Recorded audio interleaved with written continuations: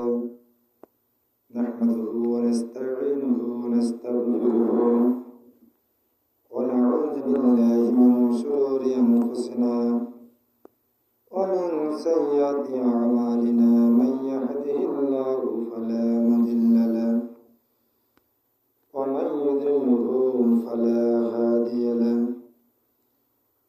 وأشهد أن لا إله إلا الله وأشهد أن محمدا عبده ورسوله أعوذ بالله من الشيطان الرجيم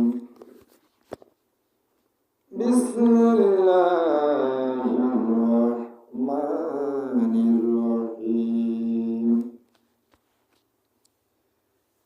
فارتقب يوم تأتي السماء بدخان مبين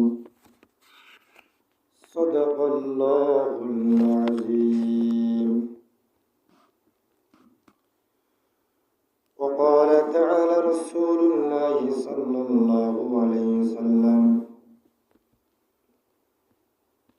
قال كنا عند عبد الله فقال إن النبي صلى الله عليه وسلم لما رأى من الناس إدبار فقال اللهم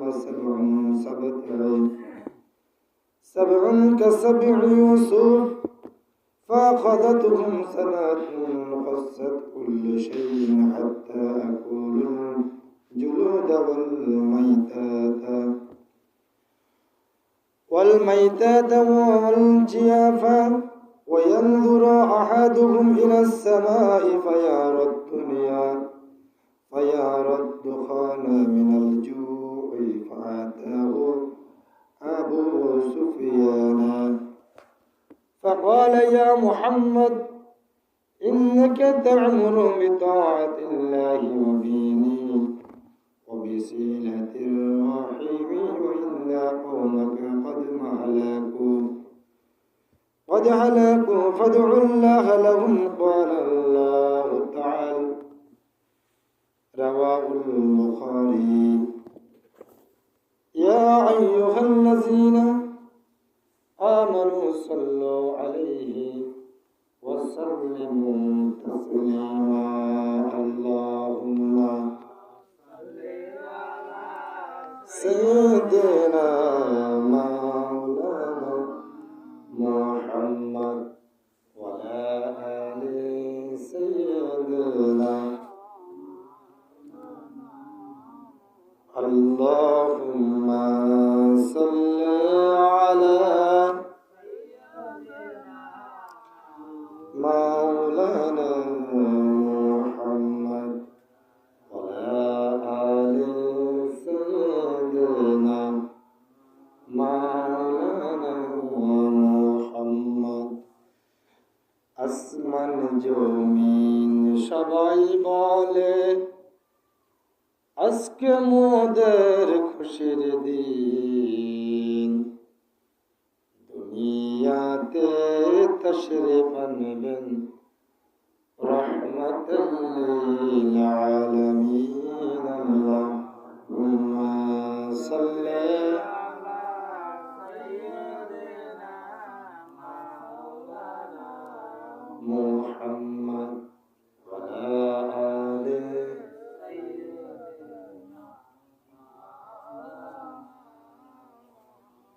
بلغ العلا بكماله كشف الدجى بزماله حسنة زمية صالح الحمد لله شكر আদায় করি মহান রব্বুল আলামিনের যে মহান মালিক পবিত্র সফর মাসে দ্বিতীয়তম রজনী প্রথম জুমার দিনে আজানের সাথে সাথে তার পবিত্র মসজিদে আসার জন্য তৌফিক দান করেছেন, সুস্থ রেখেছেন, নেক হায়াত দান করেছেন। সেজন্য আমরা সকলে কালিমাতুশ শুকর মহান রব্বুল আলামিনের আমরা শুকর আদায় করি, আলহামদুলিল্লাহ। পাশাপাশি আমাদের মানবতার মুক্তির দূত, আমাদের কলিজার টুকরো নবী মুহাম্মদ রাসূলুল্লাহ সাল্লাল্লাহু আলাইহি ওয়াসাল্লাম। সফর মাস আল্লাহ তাআলার কাছে প্রতিটি মাস গুরুত্বপূর্ণ, কিন্তু মক্কা নগরের কাফেররা এই সফর মাসকে তারা মনে করতে এটি অমঙ্গলজনক মাস। আল্লাহ তাআলা বলতে যে অনষ্ট অমঙ্গল বলতে কোনো মাস দেন নাই। ওই যুগের কাফেররা মনে করত যে সফর মাসই একটি ক্ষতিগ্রস্ত মাস। আর আমরা মুসলমান দাবি করার পরে আমরা সফর মাসকে বিপদের মাস মনে করি না, কিন্তু কিছু দিনকে আমরা বিপজ্জনক মনে করি, যেটা আমাদের ভিতরে ওই সব কাফিরদের কালচার এখনো রয়ে গেছে, ঠিক না বেটি? যেমন এখন কিছু চল কমছে। আমরা ছোটবেলা দেখতাম শনিবারে লেনদেন করতো না, বউ নাইট দিত না, শনিবার আর মঙ্গলবার। শনিবার সৃষ্টি করছে কে? মঙ্গলবার দিছে কি? আচ্ছা, রবিবারে মানুষ যায় না? রবিবারে মানুষ মারা যেতে পারে না? যদি মানুষের অমঙ্গল থাকে, আমার আপনার যদি অমঙ্গল হয়, আপনি বাক্সার ভিতরে থাকলেও অমঙ্গল ক্ষতি হবে, ঠিক না বেটি? মানে আপনি যেখানে থাকেন আপনার ক্ষতি হবে। আর যদি আল্লাহ চান আপনাকে রাখবেন, তাহলে আপনি যেখানে থাকেন আল্লাহ আপনাকে রাখবেন। যেমন দু একটি উদাহরণ ধরেন। আজ থেকে প্রায় 100 বছর আগে একটা টাইটানিক জাহাজ আমেরিকান ব্রিটিশরা তৈরি করে। সেই জাহাজ তারা তৈরি করার পরে তারা বলছিল যে পৃথিবী ধ্বংস হয়ে যাবে, আমাদের কিয়ামত হবে, কিন্তু আমাদের জাহাজের কিছু হবে না। নাউজুবিল্লাহ। ওই জাহাজে এমন কিছু ছিল না যেটা জাহাজে নেই। ফুটবল খেলার মাঠ, ক্রিকেট খেলার মাঠ, মার্কেট, বাজার, শপিং মহল, হোটেল, চা দোকান, মানে নাই বলতে কোনো শব্দ নাই। তখন তারা আটলান্টিক মহাসাগর পাড়ি দিবে, এক দেশ থেকে অন্য দেশে যাবে। 1 মাসের সফরে তারা বাইরে হয়েছে, নতুন যাত্রাবান। যখন আটলান্টিক মহাসাগরের মাঝখানে গেছে, তারা 15 দিনের পথ অতিক্রম করার পরে বাকি সামনে এখন সাগর আছে। কত দিনের পথ লাগবে? 15 দিন। ওই সময় ওখানে তো সব বরফ, একটা বরফের চাক দেখি ওখানে মালিক সরকার ছিল। তখন জাহাজের ক্যাপ্টেন বলল, যেটাতে পাথর দেখা যাচ্ছে, বরফের চাকা দেখা যাচ্ছে, কি করবো? বলছি ঘুরাইও না, কাইট দেওয়ার দরকার নেই, এটাকে ডলে দিয়ে চলে যাও। কারণ আমার যে মেশিনে যে পাওয়ার আছে, ফাঁকার যে নিচের যে ফাঁকার যে পাওয়ার আছে, ওটা ওর কাছে কিছুই না। তখন একটা ক্যাট করে একটা আওয়াজ করলো, সেই আওয়াজে ওইখান থেকে নাট ছেড়ে গেল। কিসের সে? নাট ছেড়ে গেল। নাট ছেড়ে যাওয়ার পরে এবার যখন পানি উঠতেছে আর বন্ধ করা যাচ্ছে না, এই অবস্থাতে পানি উঠতে উঠতে ওই সাগরের মাঝখানে ওই জাহাজ, ওই 10 তলা বলেন 20 তলা বলেন, ওই জাহাজ মাঝখানে 2 ভাগ হয়ে ফাটল সাগরে পড়ে গেছে। 9,500 লোকের ভিতরে মাত্র একজন মহিলা, আমেরিকান মহিলা বাচ্চা, আর 9,499 জনের ঝাঁকাতে মারা গেছে। তাহলে বলেন 9,500 লোকের একজন বাঁচল, সবাই মারা গেল। ওই মহাসাগরের ভিতরে বাঁচার কোনো সিস্টেম আছে? তো ওই মহিলা কিভাবে বাঁচল? আল্লাহ তাআলা পৃথিবীতে যত কিছু করেন এর জন্য সাক্ষী স্বরূপ কিছু রাখি দেন, মানে উদাহরণ হিসেবে, সাক্ষী হিসেবে আল্লাহ তাআলা কিছু রাখি দেন। ওই মহিলাকে নতবা ওই সাগরে কে যায়ও নাই, কে দেখেও না, কিভাবে টাইটানিক জাহাজটা ধ্বংস হলো আমরা জানতে পারতাম না, ওই মহিলা যদি না বলতো। তো মহিলা বলছে সে তার কাছে একটা, সে নিজে প্রস্তুতির জন্য একটা প্লট রাখলো। সে ওইখানে দেখতে পেল, যখন সে সাঁতরাইছে দেবেলা টায়ার ফেলো, ওই টায়ারে সে বসলো, বসে সে প্রায় ওখানে 14 থেকে 15 দিন সেখানে কাটা দিল। খাবার শুধু পানি ছাড়া কিছু নেই। সে বললো আমি সাগরে অনেক কিছু দেখেছি, কেউ আমার কোনো ক্ষতি করে নাই। পরে আমাকে একটা জাহাজ ফাঁসে দিয়ে যাচ্ছে, ওরা নিয়ে গেল। তুমি তখন সে তার বিস্তারিত বললো। ওই জাহাজকে উঠানো গেল না, ওই মানুষগুলো উঠানো গেল না। পরবর্তীকালে জাহাজটা কীভাবে ধ্বংস হলো, একটা কাল্পনিক ওই মহিলার কথার আইডিয়াতে ধরি একটা সিনেমা তৈরি করছিল, তো তৈরি করে সারা পৃথিবী মানুষকে দেখাইছিল। তাহলে বলুন, তার ক্ষতিটা চাইলে 9,500 লোক মারা গেল, সে একজন ব্যতীত, আল্লাহ তাকে মারতে পারত না? সেখান থেকে আল্লাহ তাকে বাঁচাই আনছে। তাহলে আপনি শনিবার মঙ্গলবার সন্ধ্যার পরে টাকা হাওলাত দেওয়া যাবে না। সকালবেলা দোকানদাররা, এখন আমি যাত্রা করি নেই, বাকি দেওয়া যাবে না। রাত্রে সুই বিক্রি করা যাবে না, তারপরে চুন বিক্রি করা যাবে না, কোনো মালামাল রাত্রে কেউ বাকি দেয় না। একজনের বাড়িতে লোক মারা গেল, কেউ টাকা রাত্রিবেলা টাকা হাওলাত দেয় না। এগুলি সব ইসলাম বিরোধী কুফরি মতবাদ। একমাত্র শুধু কাফেররা এই মতবাদকে লালন করবে, কোনো মুসলমান এইসব মতবাদকে লালন করবে না। এটা মুসলমানদের ধর্মে নাই। মুসলমান 24 ঘন্টায় মানবতার খাতিরে সে কাজ করবে। রাত্রে এখন 12টা বাজে, আপনি টাকা দিলেন না। একটা লোক প্রেগনেন্ট মহিলা, সে তাকে মেডিকেল নিতে হবে, তার টাকা নাই। আপনি যদি বলেন যে এখন হয়তো টাকা দেওয়া যাবে না, টাকা দেওয়া যাবে না, অমঙ্গল হবে, তাহলে ওই মহিলা মারা গেল, এর দায়ভার কে দিবে? ইসলাম বলে না, মুসলমানদের 24টি ঘন্টাই তার জন্য আবাদত, সে মানবতার খাতিরে কাজ করবে। তার জন্য কোনো মঙ্গল অমঙ্গল বলতে কিছু নাই। মঙ্গল অমঙ্গল একমাত্র মালিক যিনি, তিনি কে? আল্লাহ। এরপরে আমরা দেখি অনেক অসংখ্য গার্মেন্টসে আগুন লাগে, সেখান থেকে 1-2 জন বাঁচি যায়, শত শত লোক মারা যায়। নৌকায় পড়ে মানুষ, নৌকা অ্যাক্সিডেন্ট হয়, সেখান থেকে শত শত লোক মারা যায়, 1-2 জন বাঁচি যায়। আচ্ছা, এতে মরতে হইল না? কারণ কি, আল্লাহ তাকে রাখে দিবে, তার এখনো হায়াত বাকি আছে, সে এখন থাকবে, বাঁচবে। গাড়ি অ্যাক্সিডেন্ট, বাস অ্যাক্সিডেন্ট হয়, 45 জন যাত্রী, মাত্র 2 জন বাঁচে আছে, আর 43 জন জায়গাতে এক্সপায়ার ডেট। এদের নজির হয় কি হয় না? মায়ের ফ্যাটের গর্ভধারিণী মা, মায়ের ফ্যাটের উপরে দিয়ে চাক্কা বাস্ট হয়ে গেছে, বাচ্চা মায়ের ফ্যাট থেকে দূরে সরে, যে বাচ্চা ছিল 4 থেকে 5 হাত দূরে অথবা 10 থেকে 15 হাত দূরে যে বাচ্চা ফুটছে, ওই বাচ্চা এখনো বাঁচিয়েছে। এই ধরনের অসংখ্য যে মায়ের ফ্যাটের উপরে গাড়ি চাকা গেছে, বাস ট্রাকে চাকা গেছে, মায়ের ঠাস করে ফ্যাটের চামড়া ফাড়ি বাচ্চা দূরে যে ফুটছে, বাচ্চা যে হেঁটে মরতে এলো না। তাহলে আমার আপনার ক্ষতি একমাত্র যদি কোনো কিছু হয়, আমার আপনার ভালো মন্দ সব কিছু আল্লাহর পক্ষ থেকে হবে। যে শুধু ভালো আল্লাহর পক্ষ থেকে খারাপ হবে না, এগুলি সব আমার আপনার জীবন চলার পথে ভালো মন্দ দিয়ে আমাকে আপনাকে তৈরি করে, যেন আমি আপনি যেন ভালো হলে ভালো বুঝতে পারি, যেন খারাপ হলে যেন আল্লাহকে চিনতে পারি।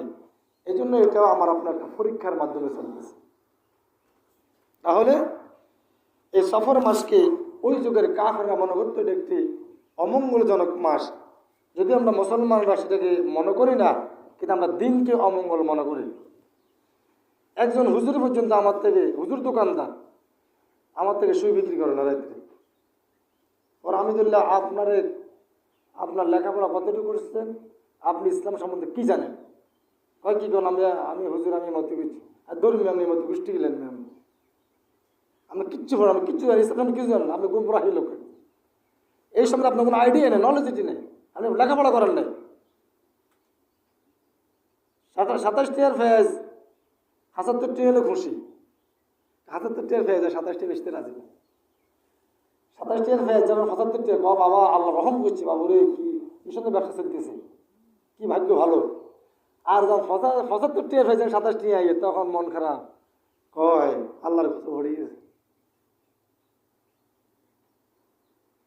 তাহলে কোনো কিছু বিক্রি, রাত্রে বিক্রি, সকালবেলা বিসমিল্লাহ করি নাই, টাকা দিতে হবে না, বাকি দেবো না, রাত্রে সই বিক্রি করবো না, এটা বিক্রি করবো না, এগুলি হিন্দুয়ানি চল। এটা মুসলমানদের কোনো চল হতে পারে না। মুসলমান তার প্রতিটি কাজেই মানবতার জন্য কাজ করবে, সে তার মানবতার খাতিরে কাজ করবে, তার জন্য এগুলি কোনো কিছু নেই। আল্লাহ তাআলা বলতেছেন পরে يوم تأتي السماء بدخان مبين বেশ তো সেই দিনের জন্য অপেক্ষা করো যেদিন আসমান পরিষ্কার ধোঁয়া নিয়ে আসবে। তার মানে কিয়ামতের সেই গুরুত্বপূর্ণ সময় আল্লাহ তাআলা বলতেছেন তোমাদের বিপদ তো সেই সময়, যখন কিয়ামত আসবে তখন তো বিপদ, তখনও তো মহাবিপদ। এখন সামান্য বিপদ হলে কাটি উঠে যায় কি যায় না?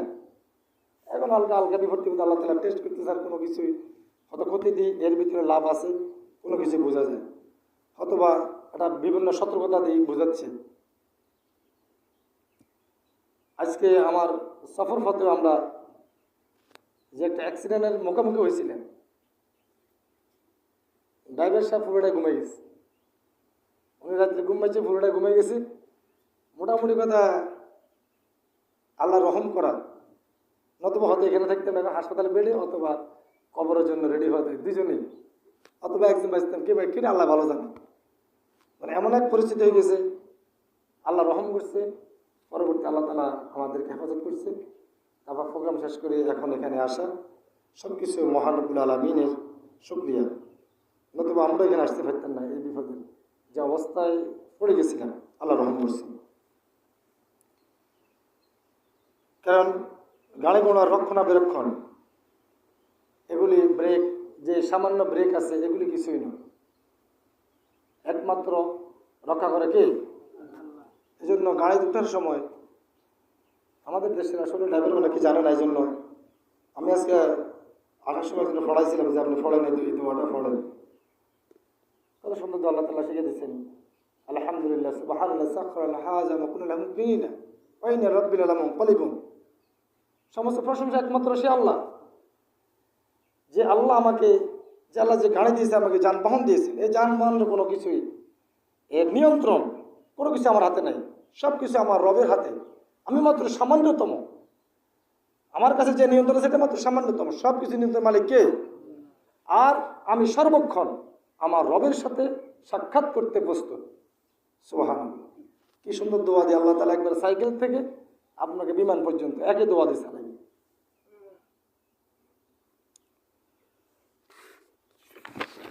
তাহলে আল্লাহ তাআলা বলতেছেন যে যখন দোয়া নেমে আসবে তখনই তোমার জন্য মহাবিপদ সংকেত।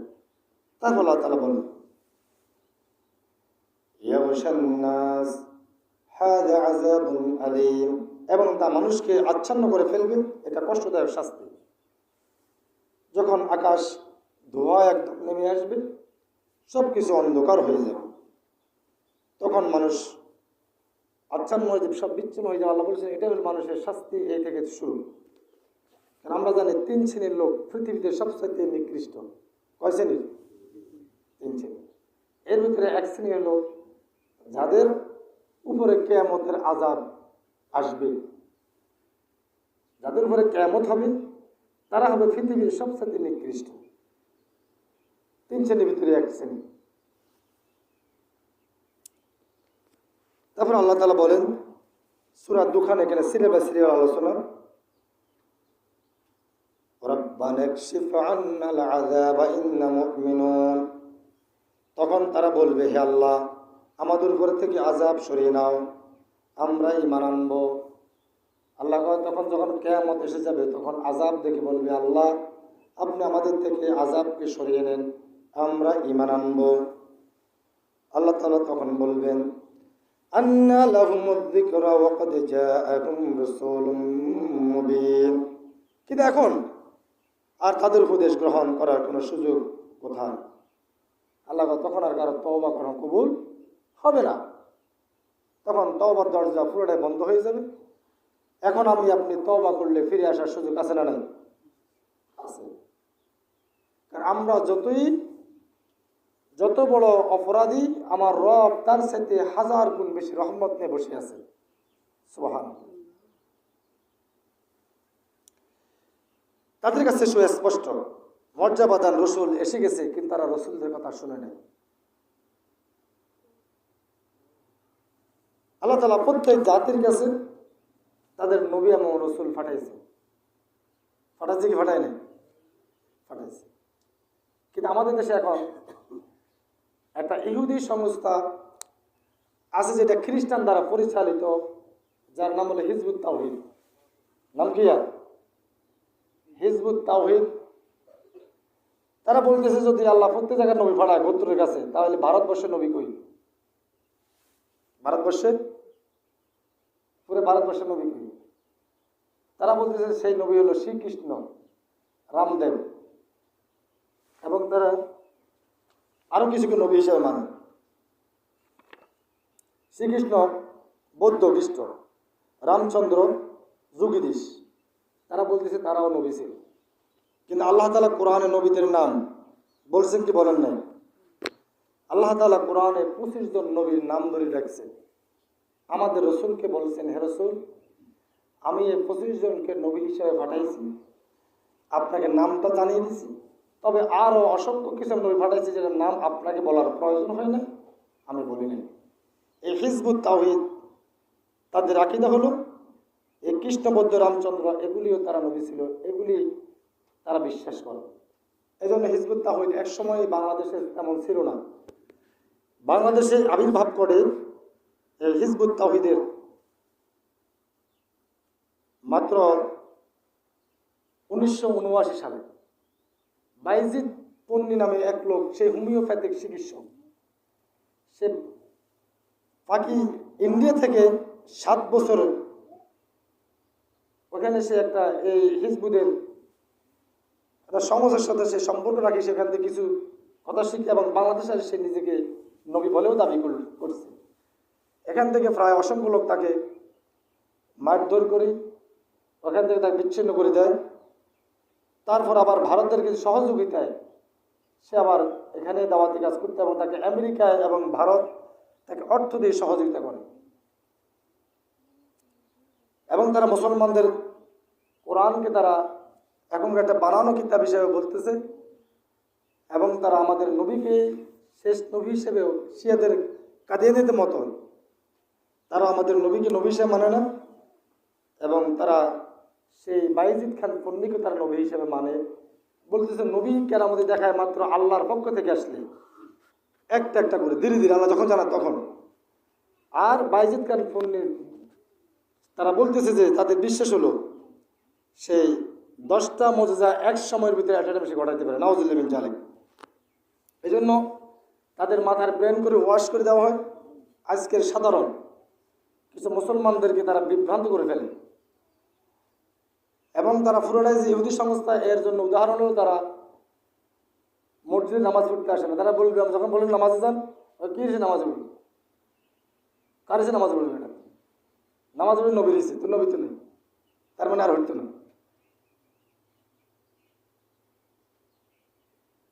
আপনাকে অনেক যুক্তি দিবে, এটা আপনার জন্য ক্ষতিকর ভাবে ডাকিয়ে আনবে, এবং ওর ব্রেনটার ওয়াশ করেছে, এবং তাদেরকে কিছু আর্থিক সহযোগিতা করে, যেটা আমরা জানতে পারলাম। তাদেরকে কিছু আর্থিক সহযোগিতা দেওয়ার কারণে তারা প্রবলনে পড়ে, অর্থের লোভে পড়ে, তখন তারা এই কাজ করতে বাধ্য হয়েছে। এবং তাদেরকে অনেক ধরনের চ্যালেঞ্জ, যেমন তারা বলতেছে এখন সারা পৃথিবী ইবলিসের আওতায় চলে, পৃথিবী এখন ইবলিস শাসন করে, আল্লাহর এখন কোনো ক্ষমতায় নেই। কিন্তু আল্লাহ বলছেন আল্লাহর তার কাজ সর্বদা বিজয় হয়, আল্লাহ কখনো পরাজিত হন না। আল্লাহ কি হয় না, কখনো পরাজিত হয় না। অধিকাংশ মানুষ তা জানে না, আল্লাহ কখনো পরাজিত হন না, আল্লাহ তাআলা বিজয় হবেন। আর আল্লাহকে পরাজিত করার জন্য পৃথিবীর কারো কোনো শক্তি নাই। নমরুদ চেয়েছে আল্লাহকে পরাজিত করতে, সে উপর থেকে তীর মারছে। আল্লাহ তাআলা ফেরেশতাকে জিবরাইলকে বললেন এখানে একটু রক্ত লাগাই দাও।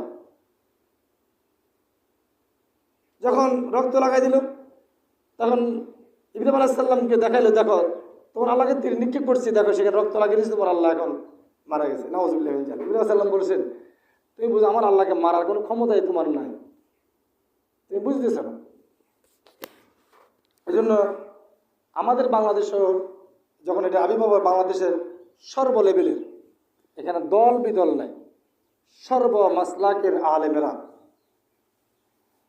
বাংলাদেশের বড় মুফতিরা যারা আছেন সাংগঠনিক, সকলে মিলে আমাদের নোয়াখালী জেলায় আগামী মাসের 1 তারিখে এলায় আগস্ট শনিবারে তারা একটা সমাবেশ ডাকছেন। সেখানে যারা পারে সকলেই ওখানে অংশগ্রহণ করলে একটা দাবি থাকবে সরকারের কাছে, বাংলাদেশ সরকারের কাছে আমাদের, যে তাদের জন্য নিষিদ্ধ করে দেওয়া হয়। নিষিদ্ধ করে দিলে তারা আর সামনে অগ্রসর হতে পারবে না, বাধাগ্রস্ত হবে। রাষ্ট্রীয়টা বাধাগ্রস্ত হলে তারা আর এই সাধারণ মানুষকে ধরে ধরে বিভ্রান্ত করতে পারবে না, নতুবা তারা তাদের যে উদ্দেশ্য লক্ষ্য তার বাস্তবায়ন করতে সক্ষম, কারণ তাদেরকে সাপোর্ট করবে ভারত এবং আমেরিকা, অর্থ দিয়ে তাদেরকে সহযোগিতা করবে। এই জন্য আমরা কোনো এই কুফরি হিজবুত তাওহীদ থেকে নিজেকে গুটিয়ে রাখবো। আপনার কাছে ইসলামিক বাংলাদেশ অনেকটি দল আছে, আপনি যে কোনো একটি দল অংশগ্রহণ করতে পারেন, সেটা আপনার ব্যক্তিগত ব্যাপার। তবে এই হিজবুত তাওহীদ, কাদিয়ানি, মাজার পূজারি, এদের থেকে আপনাকে হেফাজত থাকতে হবে। এর বাইরে আপনি যে কোনো আপনার অসংখ্য ছোটোখাটো ইসলামী দল আছে, আপনার যেখানে ভালো লাগে সেখানে আপনি অংশগ্রহণ করতে পারেন, এতে কোনো কারণ আপত্তি নেই। তাহলে আল্লাহ তাআলা বলছেন, সুম্মা তাওয়াল্লাউ আনহু ওয়া ক্বালু মুআল্লামুন মুজনুন। তা সত্ত্বেও তারা তার প্রতি ভ্রুক্ষেপ করেন এবং বলেছে এত শিখিয়ে দেওয়া এক পাগল। তারা প্রত্যেক নবীর জাতির লোকেরা নবীদেরকে বলতো পাগল, কয়ে কত শুনছে, শুনিয়ে কথাই আমাদের জানাই দিচ্ছে। আল্লাহ বলছেন এগুলির কারণে, ইন্নাকা কাশিফুল আযাবি ক্বালিলান ইন্নাকুম মুআইদুন। আমি যদি কিছু সময়ের জন্য আযাব সরিয়ে নিতাম, এরপরও তোমরা এর আগে যা করেছিলে তাই করবে। আল্লাহ বলছে যখন কিয়ামত হবে, তখন মানুষ যখন বলবে আল্লাহ আমরা সবাই আপনার পথে চলে আসবই, এই পৃথিবীর যা লোক আছে সবই মানানো। আল্লাহ বলছেন না, এখন আর এটা কোনো সুযোগ নাই, কারণ তোমাকে সময় দিলে আবার তুমি হয়ে যাবে আমার বিরোধী। কারণ আল্লাহ তাআলা যোগে যোগে পরীক্ষা করছি, করে নাই। হযরত মূসা আলাইহিস সালামের ভাই তিনি হারুন আলাইহিস সালামকে তিনি হিজরতে গেলেন, 40 দিন রইলেন এখানে। আসে দেখেছে লোকের আবার যে গরু পূজা, মূর্তি পূজা আবার করতেছে। হারুন আলাইহিস সালাম তিনি বলছেন জাতির লোকেরা শুনে নেই। মূসা আলাইহিস সালাম আসি তার ধাড়ি ধরে তেনাকে আঘাত করতে লাগলেন, মারতে লাগলেন। তিনি বললেন ভাই আমি তো দাওয়াত দিয়েছি, মানুষগুলি শুনে না। কোরআনে এক জায়গায় আল্লাহ তাআলা ধাড়ির কথা উল্লেখ করছে, যে হারুন আলাইহিস সালামের মূসা আলাইহিস তার ধাড়ি ধরে তাকে মারল। আল্লাহ বলছেন হারুন আলাইহিস সালাম তার দায়িত্ব সঠিক পালন করছে। মূসা আলাইহিস সালাম তো রাগী নবী, তিনি যখন আসে দেখছেন কয়েকদিন 40 দিন পর আবার জাতি সে আবার পূজা লিপ্ত হয়ে গেছে, তখন তাকে তিনি আঘাত করলেন। কিন্তু এখানে হারুন আলাইহিস সালামের কোনো দোষ ছিল না, সে তার দায়িত্ব পালন করছে, জাতি শুনে নেয়, তো নবী করবে কি? এক জায়গায় আল্লাহ তাআলা কোরআনে সে ঘটনা উঠে ধরছে, ইয়াউমা নাবতি সুলবাতাল কুবরা ইন্না মানু তাকিমুন। যেদিন আমি বড় আঘাত করব, সেদিন আমি তোমাদের থেকে প্রতিশোধ গ্রহণ করব। আল্লাহ কয় আমি কিয়ামত দিন তোমাদের থেকে প্রতিশোধ নিব। কি নিব? প্রতিশোধ নিব। আর সেদিন প্রতিশোধের মোকাবিলার করার ক্ষমতা পৃথিবীর কারো নেই।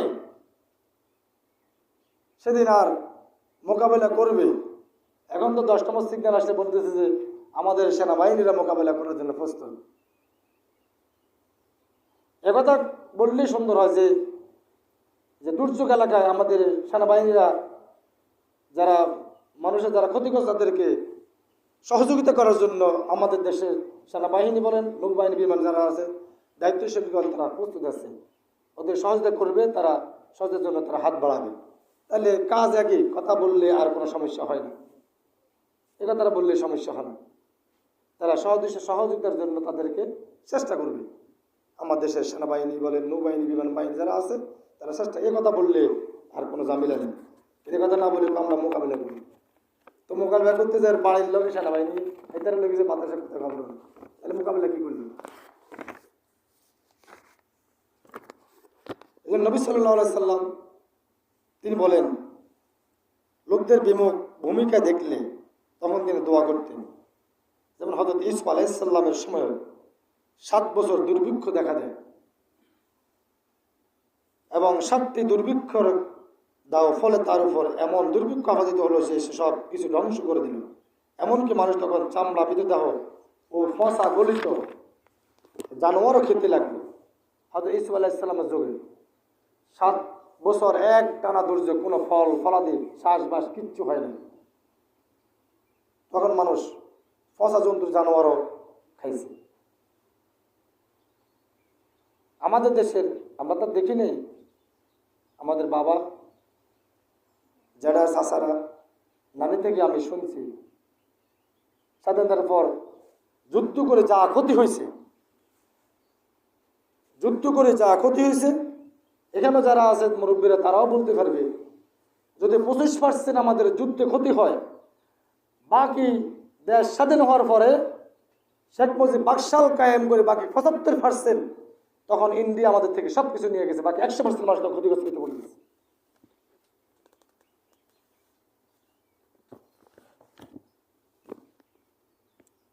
তখন মানুষ কলা গাছের নিচে যে সাদা যে মূলটা থাকে ওটাও মানুষ খেয়েছে। কচু গাছ, এখানে মুরব্বীরা আছে, কচু গাছ খেয়েছে। এমনকি খাজুর গাছের ডিগি পর্যন্ত, তাল গাছের ডিগি পর্যন্ত খেয়েছে। আমার নানি আমাকে গড়ে কোনো বলছে যে ভাই আমরা তখন ওই গাছি লতি, কচু গাছের লতি, কচু গাছের ডোগা এগুলি সিদ্ধ করে খাইছি। তখন লবণ মরিচ এগুলি দেওয়ার কোনো সুযোগও তখন ছিল না, নাই দিবি থেকে। আমি যখন 2022 সালে যখন চটকি বাড়িতে প্রশিক্ষণ দেওয়ার জন্য গেলাম, তখন যে আশরাফুদ্দিন দিদার হুজুর যখন আসে তিনি তখন বললেন যে আমার বাবা মাওলানা শফিকুল্লাহ ইমাম রহমতুল্লাহ আলাইহি, তিনি অনেক দিনে খেদমত করেছেন আল্লাহর বান্দাকে, আল্লাহ যেন জান্নাতে মেহমান হিসেবে কবুল করেন। তো তিনি বলেছেন যখন আব্বা একবার দুর্যোগ, তখন তিনি কেরামতে সোনাপুর কেরামতি মাদ্রাসার মুহাদ্দিস, হাঁটে যেতেন এই চটকি বাড়ি থেকে কেরামতিয়া, আবার হাঁটে আসতেন। অল্প টাকা বেতন, ছেলে মেয়ে 8-10টা ছেলে মেয়ে, এদেরকে যে খাওয়া বেতনের ব্যবস্থা না, কত 11টা পর্যন্ত কাজ করছি। তখন আব্বা বলছে আসো দিদার, আসো আসো নাস্তা করে তোমার জন্য নাস্তার ব্যবস্থা করা হয়েছে। কথা দেখলাম যে সম্ভবত 50 গ্রাম আটার ভিতরে অন্তত 5 কেজি পানি দিয়ে মা এটাকে লাড়ে নিয়েছে। আর আমাকে আমার বাগে লবণের বাড়ির মতো এক বাড়ি বাগে হয়েছি আমি। আমার এত ক্ষুধার্ত, ওই তখন এটা থেকে এত রাগ হয়েছে, মনে করছে যে এটা আচার দিয়ে বাগিয়ে এলে। চিন্তা করলাম আব্বার সামনে আচার দিয়ে আমার দিয়ে খাওয়া দেবে না, এখন তো মোটামুটি খাইলে তো কিছুটা নিবারণ হবে না, তো ওটাও হবে না, ওটাও বাদ যাবে। সে আমার বাবা যে হাঁটি যেতে সোনাপুর, আজকে সে বাবা ফাজারও গায়ে তুলে সারাফেরা করে। তিনি একটা ফাজারও গায়ে ছিল, সেই গায়েটা রাখার জন্য একটা বিল্ডিং করছে, একটা ড্রাইভার রেখেছে 30,000 টাকা বেতন দিয়ে। এবং বাংলাদেশের প্রায় বিভাগীয় শহরে তারা মাদ্রাসা করে ফেলেছে। তাহলে ওই সময় তখন আমি কি করবো আর খাইছি। আর এখন আমাদের আন্ডারে হাজার হাজার আলেম চাকরি করেন, শুধু একদিন হাজার হাজার চাকরি করেন। তাহলে কীভাবে দুর্যোগ ছিল ওই সময় মানুষ। আমরাও আমাদের বাড়ির পাশে আমরা দেখছি কিন্তু মুখোমুখি হওয়া লাগে নাই। নানার বাড়ির আর্থিক অবস্থা ভালো থাকার কারণে নানি সহযোগিতা করতো, নয়তো আমরাও দেখা লাগতো। একই ভাতের 2 বার রান্না করছে, আমরা নিজ চোখে দেখছি। 1 মুঠ চামিচ ভাত আর 1.5-2 কেজি ভাতের মাড় এগুলি খায় মানুষ থাকতো না। যার বাড়িতে মানুষ যেত, ধনী লোক যারা ছিল, আমাদের নানার বাড়ি থেকে মানুষদের নিত, আমরা দেখতাম এই জগ মালসাত করে ফাতিলের মাটির ডেকসিট করে নিত, কাপড়ে করতে করতে করতে তোমার যারা দেখলে রাগ করবে। আমার মার দাদা ওই তুমি দেখলে রাগ করবে, তোমরা কাপড়ের তলকে নিয়ে যাও। 1 চামচ ভাতের জন্য কত যে খালা, আরেক সাইজ বাড়া দিন আমার ছেলেমেয়েকে উপবাস। আমার বড় মাও দিতেন, তিনিও গরিব ঘরে থাকলেও তিনি মনটা উদ্ধার ছিল, তিনি এখনও আছেন, তিনি দিয়ে দিতেন। এভাবে মানুষ কষ্ট করে দিন কাটাইছে। আজকে কি তখন মানুষ ছিল মাত্র বাংলাদেশে 7 কোটি 7.5 কোটি, আজকে মানুষ প্রায় 18 থেকে 19 কোটি। সে অভাব কি এখন আছে নাকি? এই অভাব এখন আর নাই। রিজিকের ফয়সালা আল্লাহর পক্ষ থেকে আল্লাহ রিজিকের ব্যবস্থা করে দিয়েছে। এই দেশে যদি আরো 18 কোটি হয়, ইনশাল্লাহ রিজিকের অভাব হবে না, রিজিক আল্লাহর পক্ষ থেকে আসবে। তখন তারা বলছেন, যখন দেখতে পেল তারা এমতো অবস্থায়, মানুষ হিংস্র জানোয়ারের গোস্ত খেতে বললো, তাড়না ক্ষুধার তাড়না এত দূর চরম আকার ধারণ করলো যে তখন আকাশের দিকে তাকাতো, একটা দোহা দেখতে পেল। এমত অবস্থা আবু সুফিয়ান ইসলাম গ্রহণের পূর্বে নবী সাল্লাল্লাহু আলাইহি ওয়াসাল্লামের নিকট এসে বললেন, হে মুহাম্মদ সাল্লাল্লাহু আলাইহি সাল্লাম,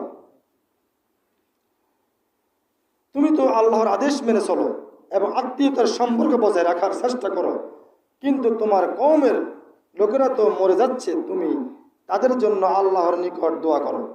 এই প্রসঙ্গে আল্লাহ তাআলা বলেছেন, তুমি সেই দিনটির অপেক্ষা থাকো যখন আকাশ সুস্পষ্ট ধোঁয়ায় আচ্ছন্ন হয়ে যাবে, সেদিন আমি প্রবলের তোমাদের পাকড়াও করব। তাহলে যখন আযাব আসবে, গজব আসবে, তখন নবীও বাঁচবে না। কারা? নবীও বাঁচবে না। গজবে যখন ধরবে তখন নবীও বাঁচবে না। আমরা কেমন হায় নবী গজবে পড়বে কেন? তিনি তো অপরাধী নন, না নবী পড়বে। আল্লাহ তাআলা যখন ইউনূস আলাইহিস সালামের কাউমকে ধ্বংস করবে, ৭২ ঘন্টা আগে ইউনূস আলাইহিস সালামকে বললেন, ইউনূস তুমি এখান থেকে সরে যাবা, ৭২ ঘন্টা আগে সরে যাবা, আমি ওই জাতিকে ধ্বংস করে দিই। কিন্তু সরে যাবে আর সরে যাও, আল্লাহ তাআলা তিনাকে যেতে বলেন নাই। কখন যেতে হবে আল্লাহ তাআলা জানাই বলছেন, কিন্তু তিনি মানুষের ভাব দেখে তিনি মনে করছেন যে গজব এসে যাবে, তিনি ফালাই দিলেন। তারপরে যখন তিনি নৌপথে চললেন, নৌকার চলে না, বলছেন আল্লাহর অবাধ্য কিছু লোক এখানে আসে জন্য নৌকা চলে না। তিনি বললেন নবী তো, তিনি বললেন মনে হয় অপরাধীটা আমি, কারণ আমার আল্লাহ তো আমাকে এখনো যেতে বলেন নাই। তিনি বলছেন যেতে হবে, যেতে বলেন নাই। তাহলে আমি মনে হয় আমার রবের তো হুকুম আমিও মান্য করছি, তাহলে আমাকে ফেলে দেন, আপনার নৌকাটা নিয়ে যান। সবাই বলছেন না, আপনি তো নবী, আপনি কেন অপরাধী, আপনাকে আমরা। তারপরে কথায় বিতর্ক, লটারি হলো, লটারিতে ইউনূস আলাইহিস সালাম নাম আসলো, সবাই সেটা বাতিল করে দিলেন। আবার নামলেন, আবার ইউনূস আলাইহিস সালাম নাম আসলো, তিনি আবারও বাতিল করে দিলেন। তৃতীয়বার আবার ইউনূস আলাইহিস সালাম নাম আসলো। তখন তিনি বললেন আমাকে ফেলে দাও, তোমার লোকে যাবে না, কারণ আমি আমার রবের হুকুমকে ক্রস করে চলে আসছি।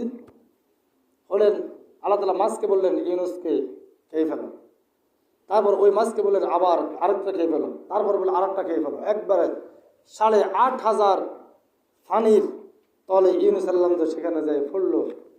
তিনার মতো নবীদের ভিতরে আর পরীক্ষার, এই কঠিন পরীক্ষার মুখোমুখি আর কেউ হয়নি।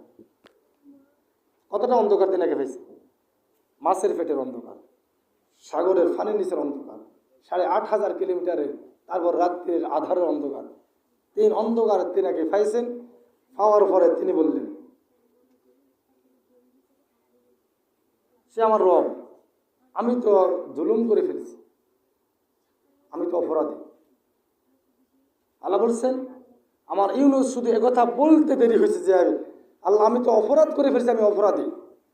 আমি আমার ইউনূসকে অপরাধ মাফ করে দিয়ে তাকে মাছের পেট থেকে আবার বাইর করে আমি আল্লাহ দেরি হয় নাই।